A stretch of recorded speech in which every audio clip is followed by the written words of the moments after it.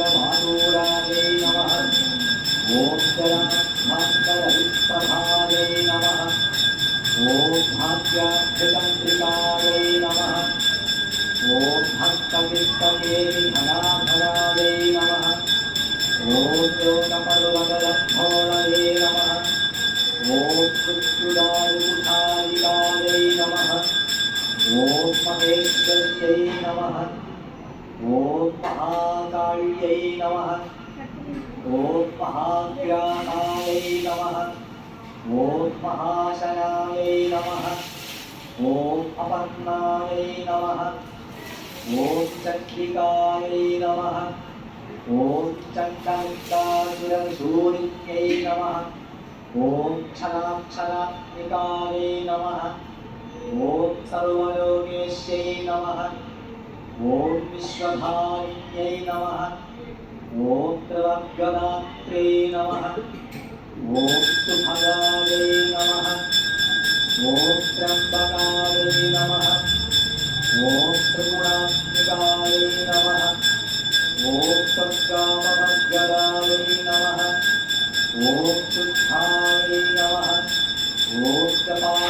जपास्पन्धामुक्त्यै नमः ॐ ओजोमत्यै नमः ॐ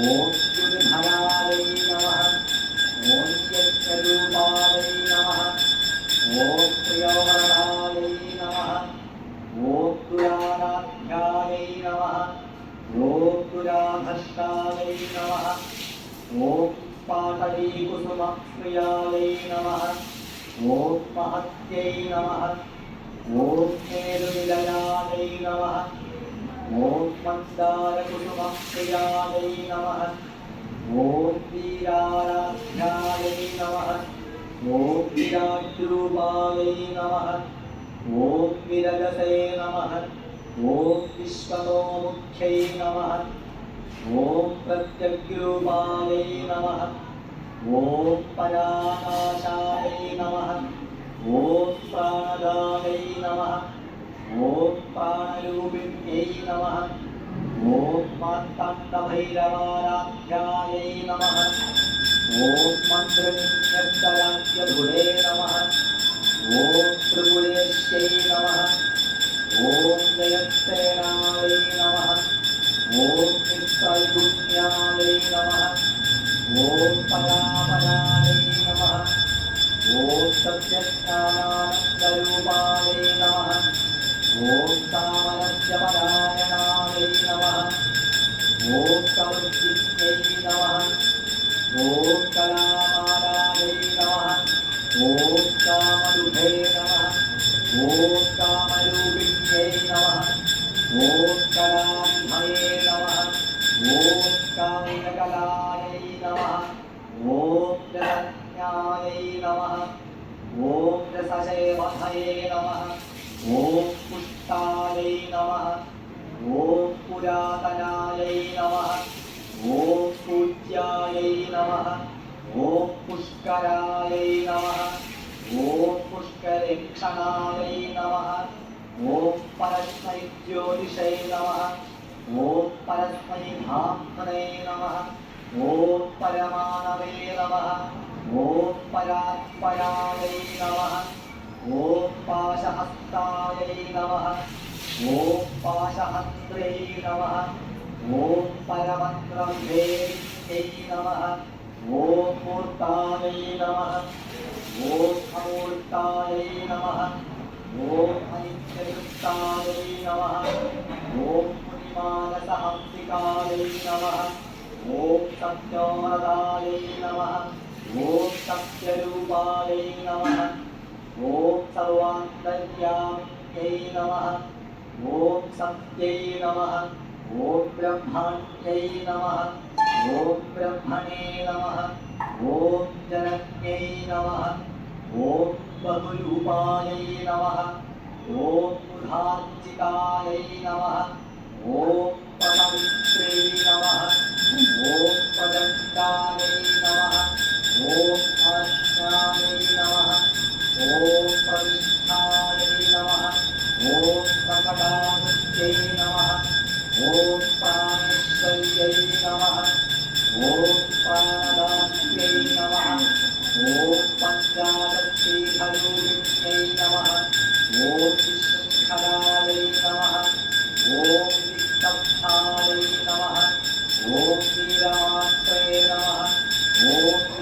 वसुवे नमः ॐ बुद्धाय नमः ॐ मुक्तिनिलयाय नमः ॐ मूलविग्रहरूपिण्यै नमः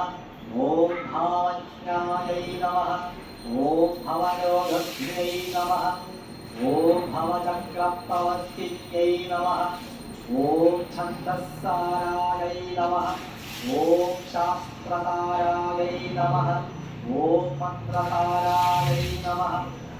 ॐ कलोलयै नमः ॐ उदारकीर्तये नमः ॐ उद्दामवैभवायै नमः ॐ वर्णरूपिण्यै नमः पूज्यायै नमः ॐ पुष्करायै नमः ॐ पुष्करेक्षणायै नमः ॐ परस्मै ज्योतिषे नमः ॐ परस्मै भावने नमः ॐ परमानवे नमः ॐ परात्पराय नमः ॐ पाशहस्ताय नमः ॐ पाशहस्त्रे नमः ॐ परमब्रह्मेत्यै नमः ॐ मूर्ताय नमः ॐ मूर्ताय